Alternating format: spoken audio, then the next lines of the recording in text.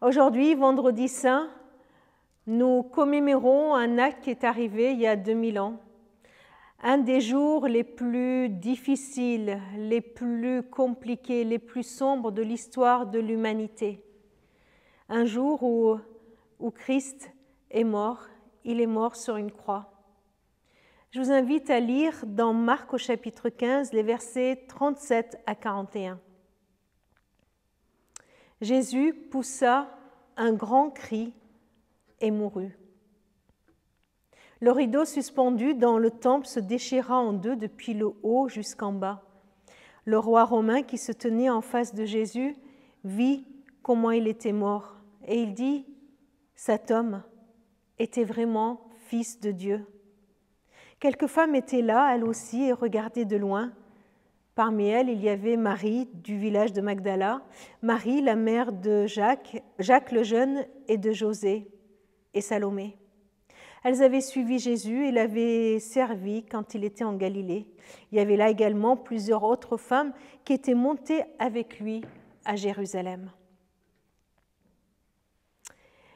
Lui, le capitaine, avait envoyé ses soldats pendant la nuit, éclairés par la lune de la Pâque, pour arrêter Jésus dans le jardin. C'est lui qui l'avait escorté lorsqu'il fut conduit à la maison de Caïphe, le grand prêtre, pour son premier procès. Et parce que Jésus affirmait être le roi des Juifs, c'est lui aussi qui l'a conduit jusqu'à Pilate. Il avait escorté auprès du roi Hérode. Il avait bien constaté son silence devant Hérode. Il avait vu les hommes d'Hérode se moquer de lui, le traiter avec tellement de mépris.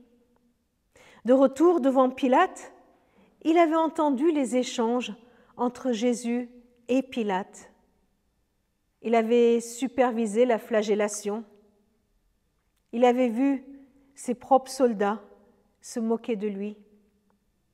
C'est à son ordre à lui que la troupe s'est mise en ordre de marche sur le calvaire. C'est encore lui qui avait ordonné d'enfoncer les clous, de dresser la croix. Et là, il avait entendu Jésus prier. « Père, pardonne-leur, car ils ne savent ce qu'ils font. » Il s'était tenu là, l'oreille attentive, le regard aux aguets, imperturbable et discipliné. Et il constate comment Jésus meurt. Il avait tout vu, tout entendu. Oh, procéder à une crucifixion, ce n'était pas nouveau pour lui. Il avait dû voir plus d'un mourir sur une croix, des criminels inconscients, des meurtriers endurcis, des assassins politiques. Mais là, Jésus était si différent. Jésus prie. Il prie quelqu'un qu'il appelle Père. Et pour lui demander, non pas d'intervenir pour lui-même, non pas pour le sauver, non pas de punir ses bourreaux, non, mais de pardonner. Pardonner. Pardonne-leur. Le centurion savait très bien qu'il s'agissait de lui qui est là au pied de la croix avec son pouvoir d'ordonner cette crucifixion. Et voilà Jésus qui dit « Pardonne, pardonne-leur. Ils ne savent ce qu'ils font. » Non, dans la bouche de Jésus, il n'y avait aucune amertume, ni aucun des ressentis habituellement manifestés par les victimes de cet impitoyable mode d'exécution. Jésus, il réagit même avec bonté aux différentes attitudes des deux brigands qui sont là, crucifiés avec lui. Il donne à l'un un message d'espérance et il prend même le temps de s'occuper de sa mère avant son départ. Il en avait vu des hommes mourir, mais jamais comme celui-ci. Alors que sa vie s'échappait lentement, Jésus, il se répandait en prière et en bénédiction. Mais qui est donc cet homme qui meurt ainsi? Qui est donc cet homme qui demande le pardon de ses bourreaux? Et voilà que Jésus, encore une fois, appelle son Père. Il dit, « Père, Père, je remets mon esprit entre tes mains. » Père, les dieux que le centurion connaissait ne pouvaient certainement pas être appelés Père, même pas le Dieu des Juifs. Père. Mais alors, si cet homme appelle Dieu, le Dieu de l'univers, Père, s'il continue dans son agonie de bénir comme il bénit, c'est qu'il était vraiment, vraiment fils de Dieu.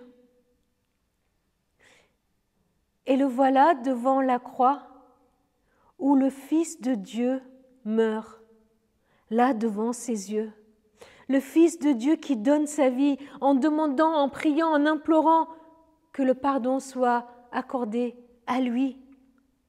Le Fils de Dieu meurt et juste à ce moment-là, ce voile immense qui se déchire en deux, le voile qui séparait le lieu très saint, la présence même de Dieu, ce lieu où on ne pouvait entrer qu'une fois par an et uniquement par le grand prêtre après tout un rite de purification. Ce voile qui était franchi pour obtenir pour nous le pardon des péchés. Le voile est déchiré. Le voile est déchiré. Jésus pousse son dernier cri, son dernier soupir et ce voile est déchiré. Jésus l'a ouvert, cet accès au Père en pardonnant à toi, à moi, en pardonnant au bourreau. Jésus ouvre cet accès et pour que ce Père qu'il invoque puisse devenir le Père du centurion, le Père de toute personne qui crie à lui. Ainsi, mes frères et mes sœurs, nous avons la liberté d'entrer dans le lieu très saint grâce au sang versé de Jésus-Christ. C'est ce que nous lisons dans Hébreux. Il nous a ouvert le chemin nouveau, vivant au travers du rideau, c'est-à-dire par son propre corps. Nous avons un grand prêtre placé à la tête de la maison de Dieu. Alors approchons-nous de Dieu avec un cœur sincère et une entière confiance, le cœur purifié de tout ce qui donne une mauvaise conscience et le corps lavé d'une eau pure. Père, pardonne-leur. Cette parole s'est réalisée. Elle s'est réalisée parce que Christ a payé le prix pour que toi et moi nous soyons pardonnés.